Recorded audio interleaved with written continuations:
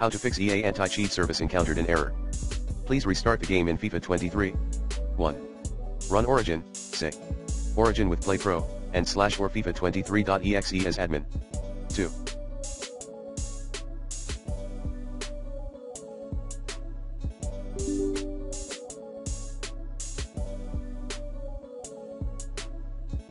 Update your launcher in time. 3.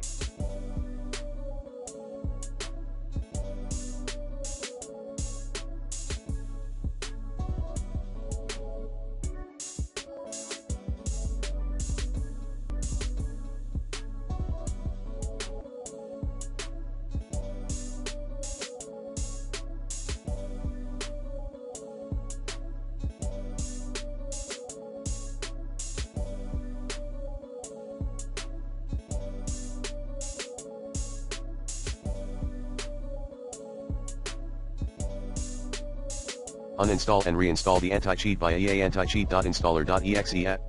C:\program files /ea /ac, default path.